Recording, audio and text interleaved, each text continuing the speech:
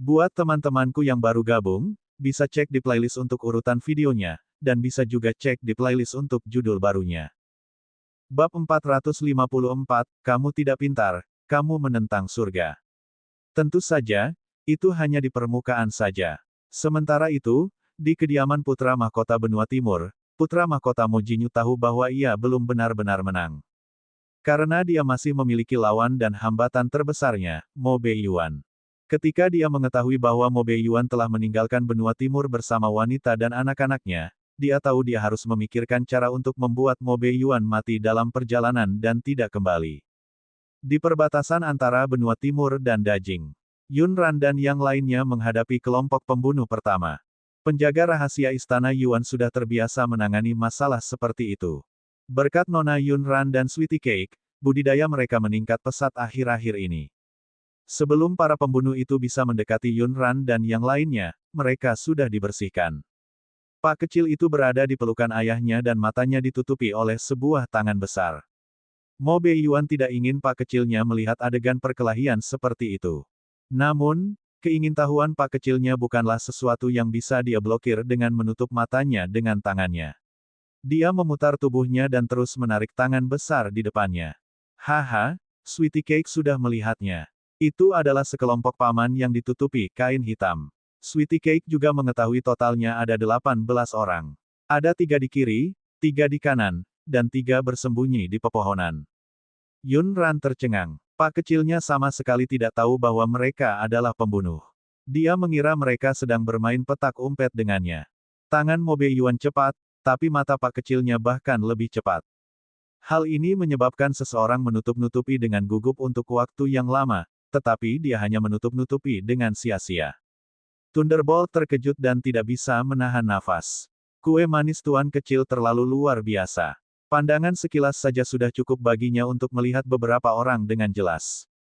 Pekrat menyukainya ketika orang lain memujinya karena luar biasa. Mata hitam besarnya berkedip-kedip. Itu jelas wajah kecil yang lembut, tapi dia memiliki kemampuan luar biasa. Hehehe, karena Sweetie Cake adalah boneka kecil yang pintar. Thunderbolt berkomentar, kamu tidak pintar, kamu menantang surga. Ayah, kenapa paman-paman itu memakai kain hitam? Karena mereka takut orang melihat wajah mereka. Hanya ketika menghadapi Yun Ran dan kedua anaknya Mo Beiyuan akan memiliki kesabaran seperti itu. Si pengepak bertanya lagi, lalu mengapa mereka tidak ingin orang lain melihat wajah mereka? Apakah karena mereka terlihat menakutkan? Tidak, itu karena mereka melakukan sesuatu yang buruk dan mereka takut ketahuan. Mata Pak kecil itu berbinar. Oh, kue manis tahu. Jadi mereka adalah telur-telur jahat yang berspesialisasi dalam melakukan hal-hal buruk. Sweetie Cake ingin membantu ayah mengalahkan telur-telur buruk. Mo Beiyuan melihat bola ketan kecil di tangannya dan dengan cepat menjawab, tidak perlu. Mereka sudah dikalahkan oleh penjaga rahasia. Lain kali, Sweetie Cake akan membantu ayah menghajar orang-orang jahat itu. Mo Beiyuan tahu bahwa tingkat kultivasi putri bungsunya tinggi, tetapi tidak mungkin dia menggunakan kultivasinya untuk mencapai tujuannya. Ia hanya berharap Pak kecilnya bisa tumbuh dengan bahagia. Itu bagus. Lain kali, Sweetie Cake harus membantu ayah mengalahkan telur-telur buruk. Mo Beiyuan hanya mengatakan itu untuk membujuk Pak kecil itu sebelumnya, tapi dia tidak menyangka gelombang pembunuh kedua akan datang begitu cepat. Terlebih lagi, paket kecilnya telah mengetahui keberadaan si pembunuh di hadapan para penjaga rahasia.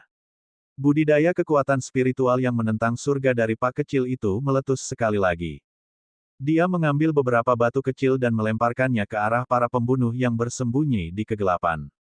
Bagaimana para pembunuh mengetahui bahwa sebelum mereka dapat mengambil tindakan, mereka dihancurkan dari pohon oleh seorang anak kecil dengan batu. Telurnya bau, Sweetie Cake menemukanmu. 1 telur jelek, 2 telur jelek, 3 telur jelek. Yun Ran dan Mo Beiyuan dengan cepat mengejarnya dan membawa kembali Pak kecil yang sedang melempar batu ke dalam hutan lebat. Kue manis tidak bisa kemana-mana. Dalam sekejap mata, Pak kecil itu terbang di depan mereka. Tingkat budidaya mereka tertinggal beberapa langkah di belakang oleh Pak kecil itu. Belum lagi para penjaga rahasia di samping.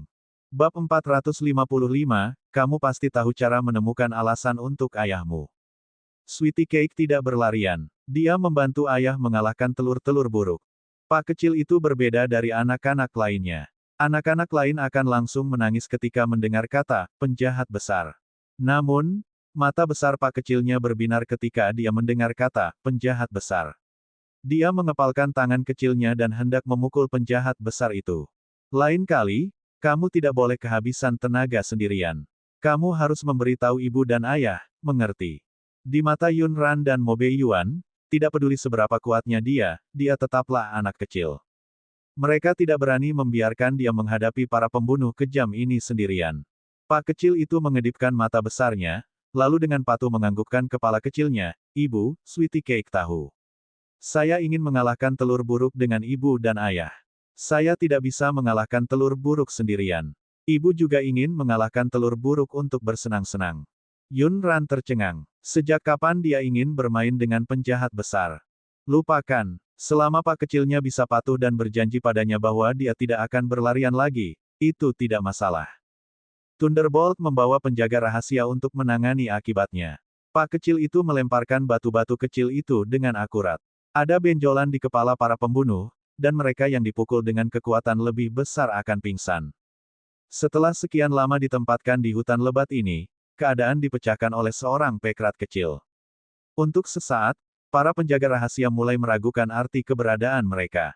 Pada awalnya, penjaga rahasia yang diatur Suan Yuan Yu untuk tinggal di sisi Yun Ran tidak mau tinggal di rumah Yuan di benua timur untuk melindungi Yun Ran dan kedua anaknya.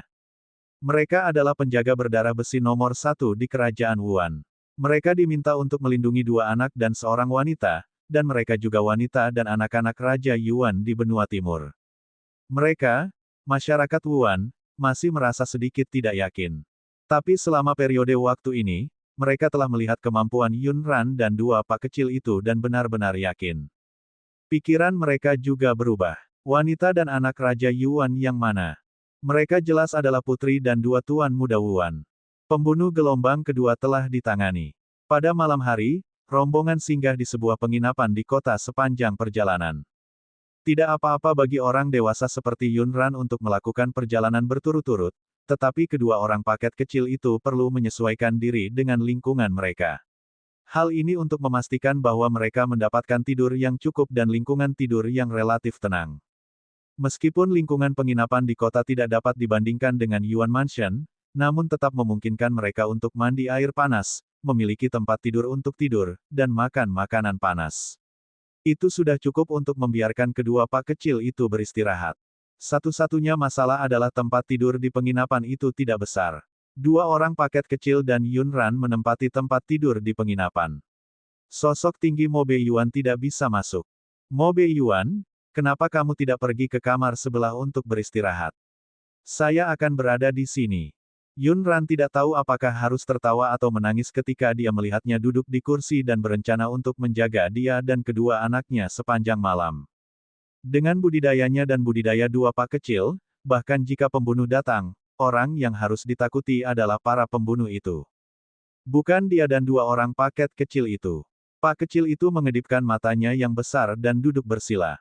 Ia berkata dengan suara seperti susu, apakah ayah akan takut jika dia tidur sendirian? Sweetie Cake takut saat dia tidur sendirian. Yun Ran tercengang. Dia berkomentar pelan, kamu benar-benar tahu cara mencari alasan untuk ayahmu. Mo Beiyuan mengikuti kata-kata Pak Rat dan mengangguk. Ran, aku akan takut jika aku tidur sendirian, jadi bisakah kamu membiarkan aku tinggal? Yun Ran tidak ingin mengeksposnya di depan si pengepak. Dia hanya memelototinya dengan mata berair. Bab 456, dia benar-benar sesuatu. Pak kecil itu sangat prihatin dengan ayahnya yang duduk di kursi sepanjang malam. Dia mengangkat lengan kecilnya dan melambai ke arah Mo Beiyuan. Ayah, naiklah ke tempat tidur dan tidur juga. Sweetie Cake akan memberikan tempat tidurnya kepada ayah. Yun Ran merasa geli. Dia bertanya di mana dia berencana untuk tidur jika dia menyerah. Pak kecil itu berkata dengan serius, kue manis bisa tidur di perut ayah. Yun Ran tercengang. Dia benar-benar sesuatu. Ide ini sangat khas dari apa yang dia pikirkan. Mo Beiyuan juga terhibur dengan kata-kata kekanak-kanakannya. Dia tidak keberatan, tapi bisakah kue manis kecilnya tidur tengkurap dengan nyaman? Solusi terakhirnya adalah penjaga rahasia merobohkan tempat tidur lain dari kamar sebelah dan memindahkannya. Setelah akhirnya membereskan tempat tidur, keluarga beranggotakan 4 orang itu akhirnya bisa memejamkan mata dan istirahat. Tanpa diduga, saat mereka memejamkan mata, si paket kecil itu berguling lagi. Yunran telah memeluknya hingga tertidur. Setelah pak kecil itu bangun, Yunran secara alami membuka matanya. Kue manis, ada apa? Ibu, ada desisan, cicit-cicit. Apa yang mendesis dan mencicit? Yunran pada awalnya tidak mengerti.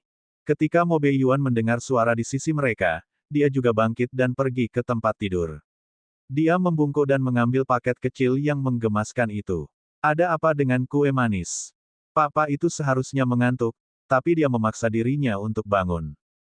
Ayah, ada desisan, cicit-cicit. Mo Beiyuan juga bingung. Desis-desis-desis. Mencicit-mencicit. Saat Yunran dan Mo Beiyuan sedang memikirkan apa yang ingin diungkapkan oleh pekrat itu. Bun membuka mulutnya. Desis, desis, desis. Kakak mungkin sedang berbicara tentang ular. Mencicit, mencicit, mencicit. Itu mungkin bak. Bagaimanapun, kedua bersaudara itu adalah saudara kembar dan telah hidup bersama sejak mereka masih kecil. Oleh karena itu, terkadang hanya Bun yang bisa memahami perkataan Sweetie Cake. Ular dan cacing. Yunran segera menyadari ada sesuatu yang tidak beres dan ekspresinya sedikit berubah. Apakah Sweetie Cake mendengar desisan dan desitannya? Banyak desisan dan decitan. Penginapan ini tidak berada di hutan belantara. Bagaimana bisa ada begitu banyak ular dan serangga? Seseorang pasti telah mengendalikan ular dan serangga beracun hingga menimbulkan masalah. Yunran tidak takut dengan hal-hal ini, tapi dia merasa sedikit jijik. Segera, Yunran dan Mo Beiyuan juga memperhatikan suara-suara halus itu. Dia berencana memberitahu yang lain agar berhati-hati. Saat ini, Bun mengeluarkan beberapa botol porselen kecil dari cincin penyimpanannya dan menyerahkannya kepada Mo Beiyuan. Bubuk ini bisa mengusir ular dan serangga. Ayah bisa membagikannya kepada penjaga rahasia agar mereka terhindar dari gigitan ular dan serangga, meski saya juga bisa mendetoksifikasi mereka. Mo Beiyuan mengambil botol porselen kecil dan pergi untuk memberitahu Thunderbolt situasinya. Hati Thunderbolt menghangat. Meskipun Tuan Bun tidak suka banyak bicara, dia tetap memikirkannya pada saat kritis. Yunran menyarankan agar mereka meninggalkan penginapan dan memancing ular dan serangga berbisa itu pergi untuk mencegah orang yang tidak bersalah terluka. Selain itu, memancing serangga dan ular berbisa ke tempat kosong akan lebih mudah diatasi. Oleh karena itu, Mo Beiyuan membawa Bun sementara Yunran membawa Sweetie Cake dan memancing ular dan serangga berbisa ke pegunungan di pinggiran kota terdekat. Ibu, kenapa ular dan cacing mengejar Sweetie Cake? Sweetie Cake juga tidak menyukai ular dan cacing. Ketidaksukaan Pak kecil terhadap ular dan serangga sama seperti anak pada umumnya. Untung dia tidak menyukainya. Ibu juga tidak menyukainya. Jika kamu mengejar Sweetie Cake lagi, Sweetie Cake akan membiarkan burung besar itu memakanmu. Burung besar paling menyukai ular dan cacing.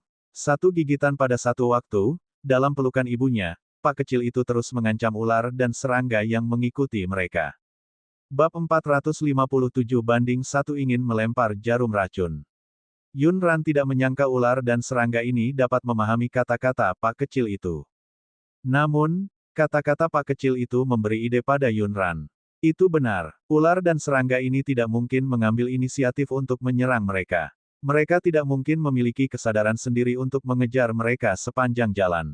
Seseorang telah menggunakan sesuatu untuk mengendalikan mereka dan membuat mereka mematuhi perintahnya. Dalam hal ini, selama mereka menemukan orang yang mengendalikan ular dan serangga beracun di belakang layar, mereka akan dapat menyelesaikan masalahnya.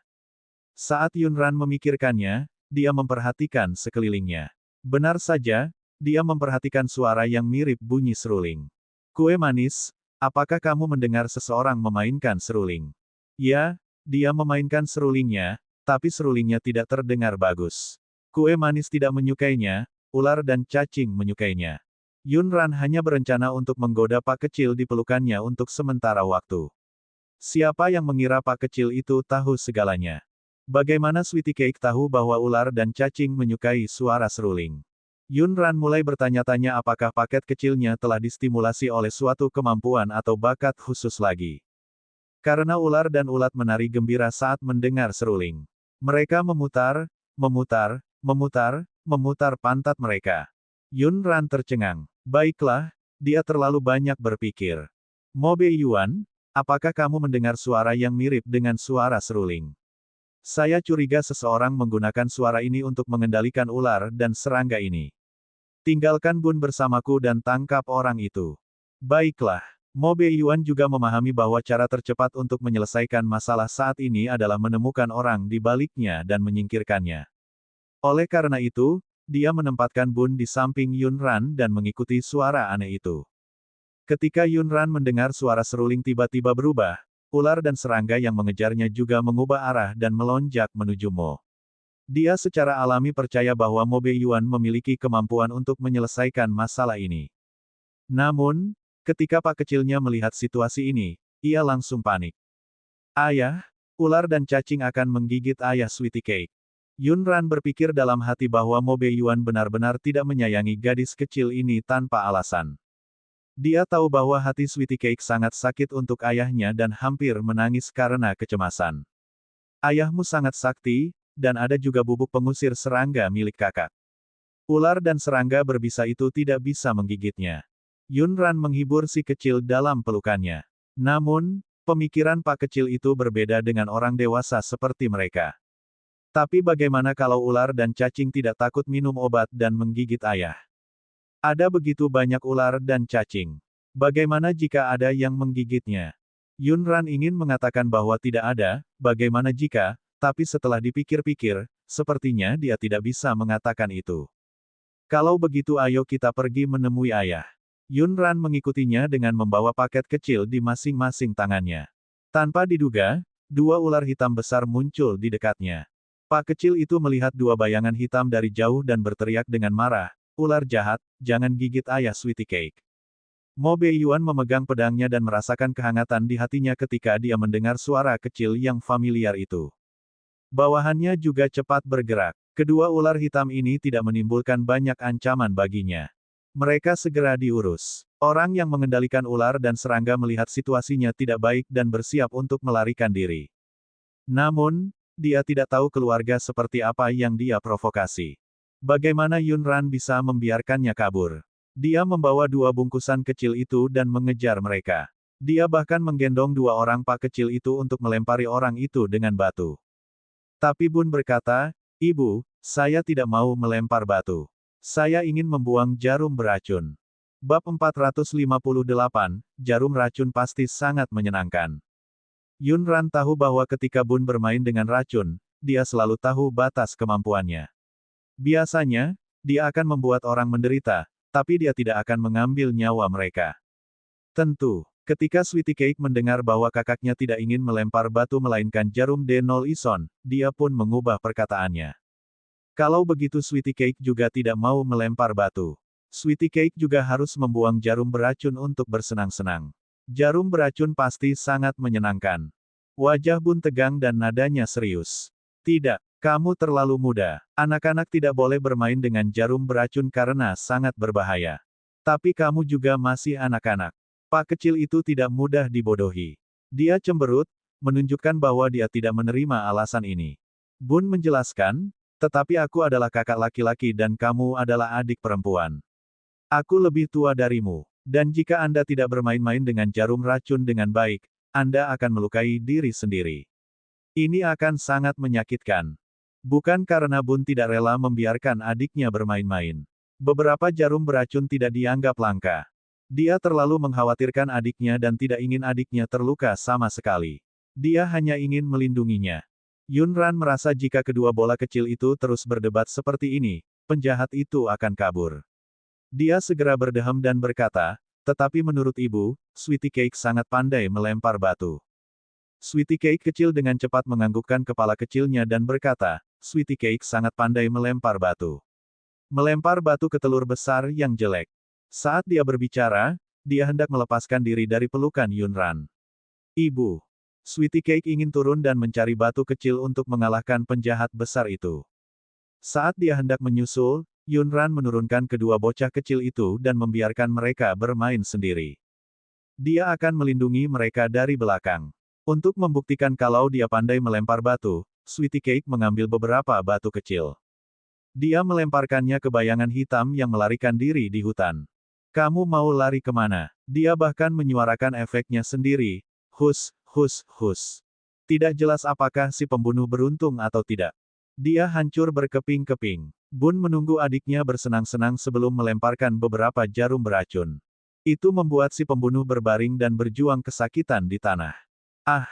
Bunuh aku! Bunuh aku! Yunran tidak menanyakan racun apa yang telah diracuni oleh Bunnya kepada si pembunuh, tapi melihat keadaan putus asa si pembunuh di tanah, racun itu seharusnya cukup efektif. Mo Beiyuan mengejarnya setelah berhadapan dengan ular hitam itu. Dia mengambil pak kecil yang berdiri di atas batu besar dengan tangan di pinggang kecilnya. Ayah, Sweetie Cake membantu ayah mengalahkan telur-telur buruk. Memem, kue manisnya luar biasa. Kakak laki-laki juga sangat kuat. Kakak laki-laki menggunakan jarum beracun untuk memukul penjahat itu. Pak Pekrat tidak lupa menarik kakaknya saat dia dipuji. Mo Beiyuan mengangkat tangannya dan menyentuh bagian atas kepala Bun. Ya, Bun juga sangat kuat. Penjaga rahasia dengan cepat mengikuti untuk membereskan kekacauan itu. Pembunuh yang bermain dengan ular dan serangga berbisa ini mungkin adalah orang paling menyedihkan yang pernah mereka hadapi dalam beberapa hari terakhir. Saat mereka tiba, dia masih berteriak minta tolong. Thunderbolt mendecakkan lidahnya. Beraninya kamu membunuh tuan kami dengan metode pengecut seperti itu. Baiklah, bereinkarnasi dengan baik di kehidupanmu selanjutnya. Para pembunuh ini tidak perlu dibawa kembali untuk diinterogasi. Yunran dan yang lainnya sebenarnya bisa menebak siapa dalang di balik ini. Sekarang, orang yang paling tidak ingin Mo Beiyuan kembali hidup adalah Mo Jinyu. Mo Jinyu telah merekrut semua pembunuh yang dia bisa, tapi sayangnya mereka tidak bisa menghentikan Yunran dan yang lainnya untuk kembali ke Kekaisaran Benua Timur. Kota, bab 459, dia tahu betapa dia mencintainya. Kelompok itu kembali ke Yuan Mansion sesuai dengan rencana awal mereka. Dia melemparkan Cui Cheng ke penjara gelap rumah Yuan. Selanjutnya adalah menghadapi Mo Jinyu. Yunran ingin berpartisipasi dalam keseluruhan proses, jadi dia pergi ke ruang belajar untuk mencari Mo Beiyuan, ingin mengetahui rencananya. Mo Beiyuan telah berjanji padanya sebelumnya bahwa dia tidak akan menyembunyikan apa yang ingin dia ketahui darinya. Jadi dia menceritakan rencananya padanya. Faktanya, dengan pasukannya yang tersebar di kota Kekaisaran Benua Timur dan kemampuan tempur dari 12 divisi, dia benar-benar bisa memimpin anak buahnya untuk menghilangkan semua rintangan dan menggunakan kekuatan untuk menekan semua kekuatan lawan untuk duduk di posisi itu. Namun, Mo Beiyuan tidak mau melakukan ini. Saya tidak ingin Anda dan kedua anak Anda diserang oleh komentar buruk di kemudian hari. Dia benar-benar tidak peduli dengan dirinya sendiri. Dia telah diserang oleh segala macam kata sejak dia masih muda, dan dia sudah terbiasa dengan hal itu. Tapi dia peduli padanya dan kedua anaknya. Oleh karena itu, dia harus memikirkan cara lain untuk meminimalkan kerugian pada dirinya dan kedua anaknya. Untungnya, Mo Jinyu bukanlah orang baik. Sebelumnya, dia telah naik selangkah demi selangkah dari seorang pangeran yang tidak dicintai ke posisi putra mahkota. Tangannya tidak bersih. Di permukaan, dia adalah putra mahkota yang baik dan baik di hati rakyat jelata. Faktanya, bahkan Mo Beiyuan mengerutkan kening ketika dia menerima informasi dari penjaga rahasia. Oleh karena itu, rencananya adalah mengungkap hal-hal kotor yang telah dilakukan Mo Jinyu sebelumnya dan membuat semua orang mengetahui sifat aslinya. Yunran tahu bahwa Mo Jinyu adalah munafik. Tentu saja, orang seperti itu bukanlah orang baik. Namun, dia cukup penasaran. Hal buruk apa yang telah dilakukan Mo Jinyu? Beritahu saya. Mata Mo Beiyuan menjadi gelap. Bukan karena dia tidak ingin memberitahunya, tapi ada beberapa hal yang terlalu kotor dan menjijikkan. Dia takut mengotori telinganya. Melihat dia dalam keadaan linglung, Yunran menopang pipinya dengan satu tangan dan menyodok lengannya dengan ujung jarinya dengan tangan lainnya. Saya sudah menyiapkan teh dan piring buah. Beritahu saya. Mo Beiyuan meraih tangan kecilnya dan hanya bisa memberitahunya tanpa daya. Dia berasal dari latar belakang miskin. Untuk memenangkan hati kaisar, dia melakukan banyak hal yang memalukan. Ada beberapa wanita di harem kaisar. Dialah yang mengirim mereka masuk. Namun, wanita-wanita itu sudah memiliki hubungan yang ambigu dengannya sebelum mereka memasuki istana. Yunran sedikit melebarkan matanya. Dengan kata lain, Mo Jinyu mengirim wanitanya ke istana untuk menjadi ibu tirinya. Ini benar-benar sinetron melodramatis. Apalagi, pada tahun-tahun awal, dialah yang diam-diam membunuh beberapa pangeran muda yang meninggal di istana. Sebenarnya Mo Beiyuan sudah mengetahui hal-hal tersebut. Dengan kekuasaannya di istana, tidak sulit untuk mengetahuinya. Namun, dia terlalu malas untuk ikut campur dalam pertikaian terbuka dan terselubung antara para pangeran kaisar. Ketika Yunran mendengar penyebab kematian para pangeran muda, dia hanya bisa menghela nafas. Di istana, untuk memperebutkan kekuasaan dan kekuasaan, kerabat dan saudara saling membunuh. Saya tidak tahu berapa banyak orang yang meninggal, dan berapa banyak yang menjadi korban kekuasaan. Mo Beiyuan memegang tangannya erat-erat. Tangannya yang kering terasa sangat hangat. Dia menundukkan kepalanya dan menatapnya dengan ketulusan di matanya. Ran, aku bukan kaisar atau Mo Jinyu. Saya tidak akan membiarkan Anda dan anak-anak mengalami hal-hal kotor itu. Yunran tersenyum hangat padanya, matanya dipenuhi kelembutan. Aku tahu. Beberapa kata sederhana ini membuat Mo Beiyuan merasa nyaman. Dia tahu betapa dia mencintainya. Bab 460/1 masih meremehkan tingkat kebodohannya. Yunran hanya menonton pertunjukannya di sela-sela. Setelah makan, dia akan menganalisanya secara rasional. Tapi ini saja sepertinya tidak bisa berbuat apa-apa pada Mo Jinyu. Dia bisa menemukan alasan atau dalih untuk membersihkan namanya. Mata Mo Beiyuan berkedip. Sebenarnya masih ada beberapa. Dia tidak bermaksud untuk menahan diri. Hanya saja isinya sangat menjijikkan. Dia takut menyebabkan ketidaknyamanan pada Yunran. Yunran tidak sehalus itu, makanya tidak terpengaruh oleh zombie yang menjijikkan itu. Mo Beiyuan menatap matanya yang penasaran. Dia tidak punya pilihan selain terus membicarakan masalah menjijikkan Mo Jinyu. Ia hanya menjelaskan secara singkat tanpa menjelaskan terlalu detail. Dia memiliki ahli nujum yang mahir dalam takdir. Untuk mendapatkan bantuan kaisar, dia menyiapkan formasi yang mengorbankan orang-orang yang masih hidup. Namun, kami belum menemukan tempat kurbannya. Jika kita menemukan tempat kurban, itu akan menjadi bukti kuat.